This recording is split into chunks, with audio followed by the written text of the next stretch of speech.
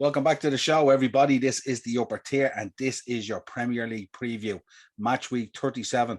Joining me, as always, the Dazzler, the penultimate Premier League preview. Darren, how are we? I'm a bit totes emotional. We'll have to get that Snapchat filter going, will we? Hell yeah, man. Jesus. We'll have to get something going over these long summer months. It's been a long road, hasn't it? Absolutely, it has. Absolutely. And you're not even a United fan. I've had some aspects of the season that I've enjoyed, all right, yeah. Yeah. Absolutely. Still worried about how it might end, though. Yeah, I mean, you could hit the skids here completely, couldn't you, and end up with a Carabao Cup? The thoughts of it just gives me chills at the moment, to be honest. Let's get into this Premier League preview. We start, I suppose, we have to include the FA Cup. So we start Saturday, the FA Cup. We let our viewers know we are going to be dropping a preview for the FA Cup final with yours truly. The Dazzler is going to be hosting the show. I'm going to be on representing the Reds of Liverpool, and Ian will be joining us from the Chelsea Roar representing the Blues. So it should be an interesting preview, to say the least. But let's get into this FA Cup final, Chelsea versus Liverpool. Yeah, listen, I get to have my say on this, I suppose, now, because, you know, when we do this later on, I'll be impartial Ian in the middle. You'll have your say later as well. I think it's going to be a good game. You know, if we look at the Carabao, it was a great game, wasn't it? You know, I think I couldn't believe the Chelsea that showed up, if I was honest, because I didn't really expect it, and I said that in the rerun. But yeah, I think I'm gonna, as a neutral, enjoy the game, I think. But as for who I'm siding with, I can't see past Liverpool, if I'm honest. I just can't. You know, Chelsea have obviously did a good win last night and stuff like that, but I just can't see past Liverpool for the FA Cup, I have to be honest. You know. Normal time? No, you could have. You might get extra time. You never know. If I was betting on it, I think you'll do it in normal time. But if the Chelsea showed up in the Carabao Cup final, they'll make it tough for you. They really will, because they were very good that day, I have to say. Very good. Absolutely. We'll go in depth about it on the preview anyway. I'm kind of thinking 2-1 Liverpool, but very tight. You know what? I think I'm going to go 3-2 Liverpool. Oh, so goals. Couple of goals. Yeah. Let's get into Sunday then, where most of the action happens for the Premier League. Starting off 12 o'clock, Spurs versus Burnley. Yeah, I mean, Spurs are putting Arsenal to the sword at the minute, aren't they? You know, fully expect to see the Spurs juggernaut keep going. I think they're in with a great shout now, I have to say, of getting that fourth spot. They're obviously a point behind Arsenal now with 2 games in hand. They're home against Burnley and they're away against Norwich. I expect them to win both. And Arsenal have some difficult games. They're away at Newcastle, which we know isn't easy. And then they're home against Everton, who may need points to stay in the league. So I'm probably sitting on the Spurs side of the fence at this stage. I think Spurs, you know, will get a win at the weekend, and I think they'll beat Burnley comfortably, and I think they'll get the 4th spot as well. Yeah, interesting. Yeah, I think Spurs will beat Burnley. Yeah.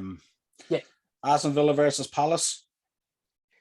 Aston Villa versus Palace. Obviously, great news for Aston Villa tonight with the completing the signing of Philippe Coutinho. You know, it's a great piece of business even before the window opens. People will be shocked when they hear the undisclosed fee. Well, the undisclosed fee is 20 million, isn't it? Yeah, 20 million. Listen, Barca have lost a few quid on that, haven't they? 1 or 2 euros, all right. I don't know who's putting the deals together for Villa, but they've done a pretty good job of that one, I have to say. Absolutely. You know, I think you know, Sunday could be difficult because obviously Palace, you know, they're out of that FA Cup and they can put their best team out week to week and stuff like that now, you know, and I feel like we're starting to see the best of some of these lads. I think the boy Elise and Wilfred Zaha have been excellent in the last few weeks, and I think they'll cause Villa a bit of difficulty. But again, on the other side of the coin, or at the other end of the pitch, I think Villa will cause trouble with Buendia and with Coutinho and Ings and Watkins. You know, so it'll be a good game. I think Villa might shade it. Yeah, and let's just go 2-1 Villa. Yeah, that's what I was thinking. It was nice the other day to hear Stevie even saying that even though they haven't really got a card in the game, he still wanted to finish top half. So you still hear that competitive nature in him even at that stage in the season. So it was good to hear that. Leeds versus Brighton. Leeds are staring down the barrel of a shotgun at the minute, really, aren't they? Yeah. And I don't think it's going to get any easier with the arrival of Brighton to Ellen Road. Obviously Brighton were super last Saturday, even in taking United apart. As bad as United were, I think if we look at how good Brighton were, they were phenomenal, and they did something that they don't tend to do very often, which was they opened up the onion bag and put a few goals past David De Gea, because all season the Brighton's football has been very good. They haven't necessarily managed the goals that their players deserved. Last weekend they did, and I think that could spell trouble for Leeds. Yeah, they're in serious trouble, aren't they, losing these players? And last night was, I suppose you'd only describe the performance as disgusting, really. I mean, they were more interested in kicking the shite out of people than they were out of playing football. I thought that the Calvin Phillips challenge was terrible. I thought the challenge on Kovacic was absolutely woeful. You know what I mean? I thought the challenge on Kovacic was absolutely dreadful. And the only thing I will say is, if we look at the boy Dan James, he's typically not a dirty player. It is what you would call out of context for him. And, when you get a little bit over exuberated and stuff like that. But it's not something we want to see on a pitch. Like those challenges were outlawed for a good reason, Yeah. He could have quite easily, ended the guy's season, or even worse with a tackle like that, if I'm honest. Yeah, absolutely. What are we going here, Brighton? Yeah, I'm going Brighton 3-1. Yeah, I think so, yeah. Watford versus Leicester? Yeah, I suppose Watford picked up a good point during the week against Everton, didn't they? But, with already being relegated, they haven't got a whole lot to play for. Now there's a guy we mentioned quite a few times on the previews and on the mashup this year, and the boy João Pedro that plays for them. Yeah, I know Clinton Morrison watched the Watford and Everton game the other night, and he spoke very, very highly of the kid. He thinks they should try and keep on hold of him because he thinks he could be a very good player in the Championship for him. I'd be surprised if he stays. I think he's a super, super player. He hasn't necessarily got the results and the stats, the goals and the assists that he would have deserved maybe this season. A lot of really, really good play. I think there's a lot of teams that look at this kid. He's a fabulous footballer. As for the weekend, I can't really see past Leicester, if I'm honest. Yeah. Good win last night. Jamie Vardy back in the score sheet. James Maddison as well. Yeah, Barnes on fire. Barnes on fire. Well, the thing about Barnes is Barnes has been on fire a lot this season, but he didn't have somebody there to put the ball in the net. And now he has Jamie Vardy back, and now he'll probably rack up a couple of extra assists between now and the end of the season. Yeah, he's tidy little player, isn't he? Barnes a very tidy player. Really, really big fan of his, I have to say. And then when you've got Vardy and Maddison and the boy Adamola Lookman from the other side, and then you've got Dewsbury Hall and Tielemans in the middle, like it's solid. I think I'll go Leicester 3-0 here. Yeah, I think so. 3-0 sounds good show. West Ham versus Man City. West Ham versus boiled ham. That was my dad used to say. Yeah. Listen. After last night, I think this would be huge if West Ham could get something out of this, but I don't necessarily think it's too plausible at the minute. The problem for us at the moment is not only do we need West Ham to win, we need them to put 3 or 4 past them. Excuse me. Yeah, and I don't necessarily think a West Ham victory is completely out of question. I think it's a stretch, but I don't think it's out of question. If you look at how they've played all season, it's been difficult for them because they've had that 2 game a week with the Europa and stuff like that. And I think that it stretched our squad a little bit, you know. I think they'll really try and get at City at the back, because obviously, you know, we can see what they're missing at the minute.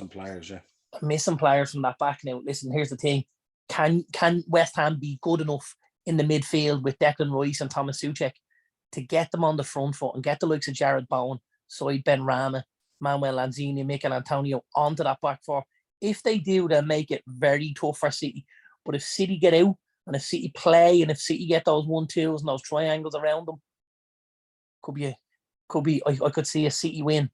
But I think it'll be tough because, you know, going to that London stadium, it's not an easy place to go to, you know. Really not an easy place to go to. As we know. Yeah. As we know. I could possibly see a little bit of an upset here, but I don't think it's going to be enough to stop the City snowball from gathering pace, because I think City could drop points here, but I think they'll only drop 2, which will mean a win on the final day of the season will win them the title, you know. Yeah, absolutely. Yeah, I think it's going to be a tough one. I think West Ham on their day, they are capable of winning against anyone. Yeah, but it's that goal difference now. I mean, I don't know what you made of Kevin De Bruyne last night, but when he scored 2, I was going, I am sick of this guy. I can't deal with him anymore. But when he scored the 3rd and the 4th, I just had to stand up and applaud him and go, this guy's sensational. Yeah, he is, you know. He's unbelievable. And again, he's a guy that doesn't necessarily get the numbers he deserves at times, you know. Yeah, quiet first half of the season. But boy, God, has he come alive. You know, and he's come alive. But listen, when do good players come alive? When their teams need them to. And that's what he's done. Timing is everything's in this game, and he's popped up when needed. I'm going to surprise everyone. I'm going to go 2-2 at the weekend. I think West Ham will have enough going forward to trouble City. Excuse me. And I think it could be a tough day at the office for City. I wouldn't be surprised to see them pick up the win, but I think West Ham will get something out of it. And I'm going to say 2-2. Yeah, I'm going to stay consistent. So I'm going to go with a West Ham win. But I think it'll only be by the odd goal, if anything, 2-1 or 3-2 or something like that. And I still don't think that'd be enough for us, because I don't see us putting a whole load of goals past Southampton, to be honest, anyway. So it'll make us feel a little bit better going into the Southampton game, but I just don't see us. I think that goal difference now, I mean, you know, they're 19 plus goals in their last 5 games. Yeah. Goal difference. Like, it's incredible. And him scored a hat-trick, 3 left-footed goals for a right-footed player. Yeah. Scary. It's just sensational, like, you know. And then Haaland and Alvarez to come in, scarier again. It really is. Wolves versus Norwich. Yeah, I suppose Wolves weren't really great the other night, really. Wolves can kind of fuck off. I was hoping for them to do something. Yeah, but you know, like I watched part of it. And I thought, I just thought some of what they did was naive. You know, you look at the boy Trincao come on the weekend against Chelsea, and he ran amok, absolutely ran amok. Got them back in the game, and got the 2-2 draw. Starts him on the bench. Yep. You're going. Yeah, it's weird. Like, I'd love to know how Jimenez starts before Hwang as well. I'd love to know. It bewilders me at times. Listen, I get, like, not that I get it, but Jimenez, he's going to offer you something different. He's going to hold the ball up and he's going to try and bring guys into play. I think, you know, Chan, I think he's going to try and, you know, play on the last defender and make runs and time runs well and get in one-on-ones with keepers and stuff like that. You're not going to get a whole lot of that from Jimenez because he doesn't have it in his game, really. You know, he's a different kind of player. I suppose if you're a Wolves, you don't want the ball coming back as quickly maybe when you're playing in Manchester City. So I can kind of see that one. But still, I just thought some of the stuff was strange, you know, and it doesn't help when you're a guy like Trincao and you go out and you have a performance like you had when you come on against Chelsea at the weekend. Then you come to a game against City midweek and he sticks you back in the bench and you're going, what do you want me to do here? You know, guys become disinterested because no matter what they do, they're not getting a look in either way. Do you know what I mean? Yeah, I think so. It's just strange the way I don't know. Sometimes I look at Wolves and I look at some of the firepower they have and some of the talent they have, and I often wonder why they don't set up potentially in a 4-3-3, because they have guys who can break fast and move the ball around. And I just don't understand it. It's a weird one for me why they play so at times so blunt or so fearful or something like that. You know what I mean? Look at how they played last night, trying to hold the ball up and they get the absolute backside wiped. You know what I mean? It's just there's a fear of, you know, going out and obviously getting Bielsa sort of thing, you know what I mean? That you're so open. But I think at times you've got to be brave and you've got to leave yourself, you know, an opportunity to win games rather than just hanging on in games. Well, especially in a game like that. I mean, they're still trying to push for a European spot, they were. You know, so. Yeah, now listen, it's not the City game's not the game where they're gonna get Europa League or Europa Conference, you know what I mean? That would be done over different games. They would expect to lose against City, and you know, City obliged, really. But if it's your third last game of the season, you know, and everyone else around just kind of cementing their positions at some point, you know what I mean? You have to take a risk. You have to go, yeah, it is City. And if we're going to get slapped up 5-1 or whatever it is, or 4-1 or whatever it is, we may as well get slapped up 8-1. It doesn't really matter, like, at this stage. I get that, but I think you set a precedent then, don't you, that, you know, maybe we go out at times and we get slapped up a few times. And that's difficult to... you know, that can be a cultural thing then, where guys feel like, well, I did it in that game. But they're coming off the back of a great draw against Chelsea.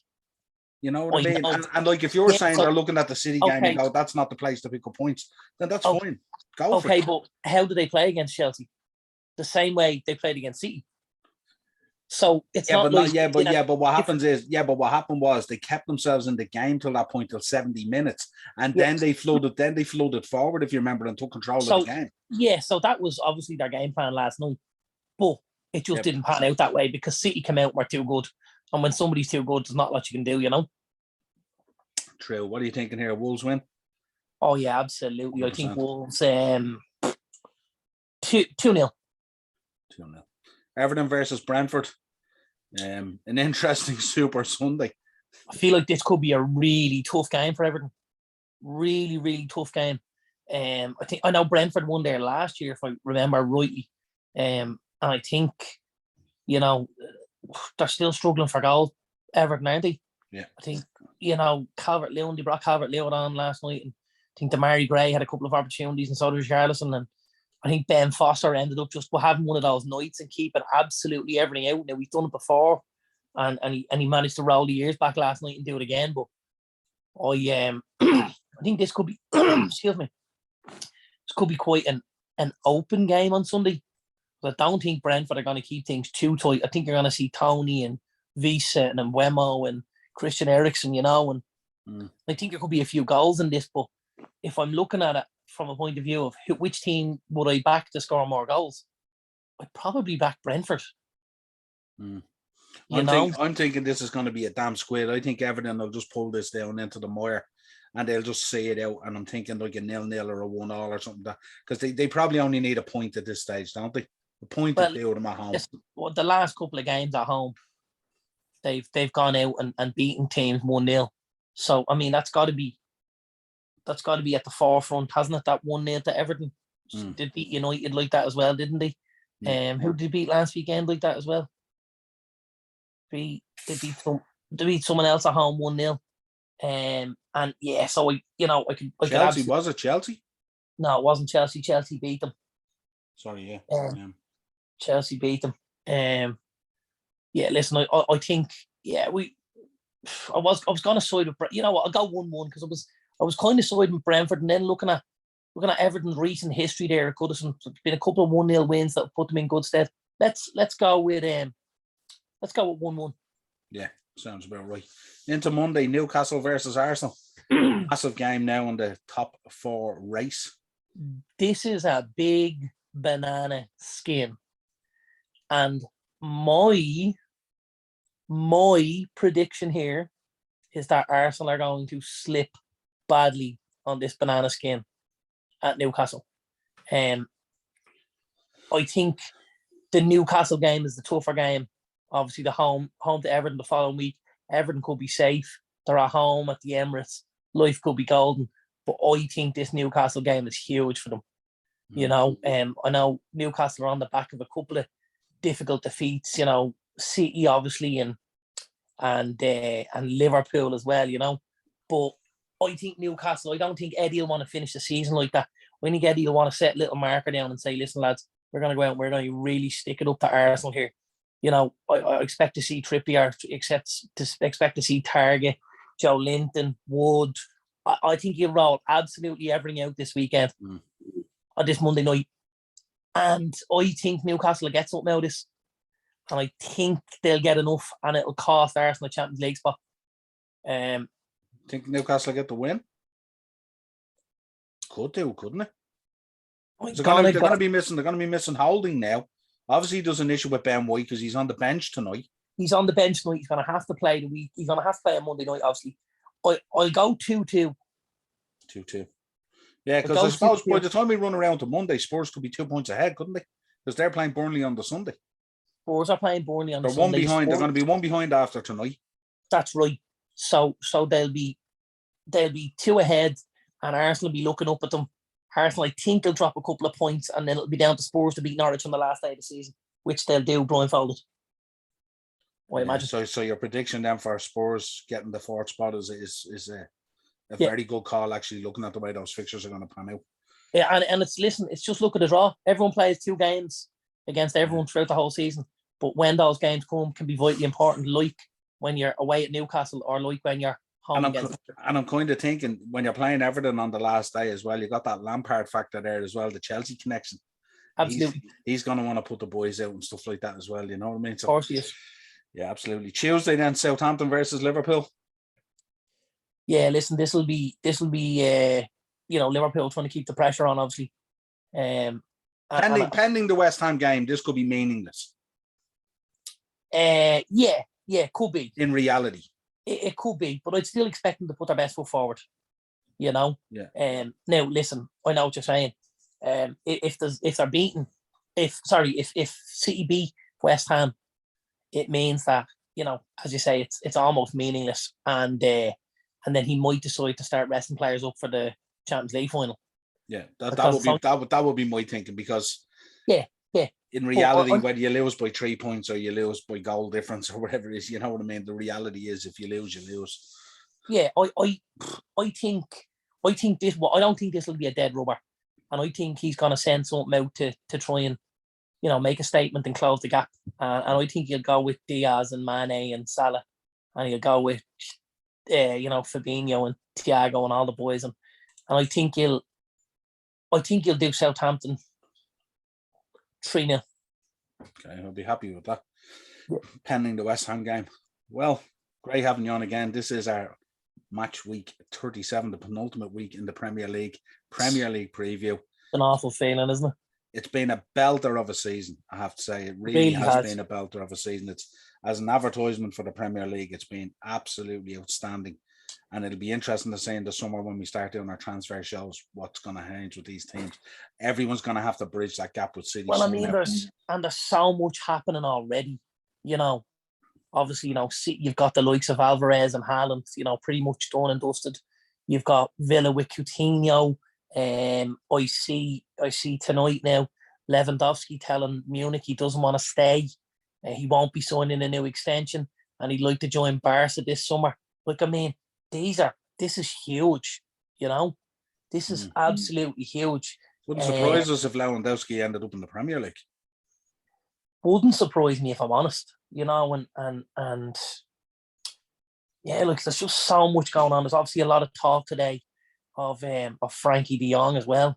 Yeah. Obviously coming to United and stuff, and it's just like the ball has really got rolling early on this.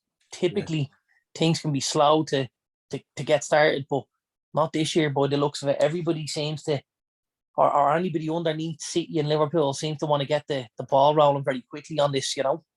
Including City and Liverpool. well, you boys haven't done a whole lot yet, have you?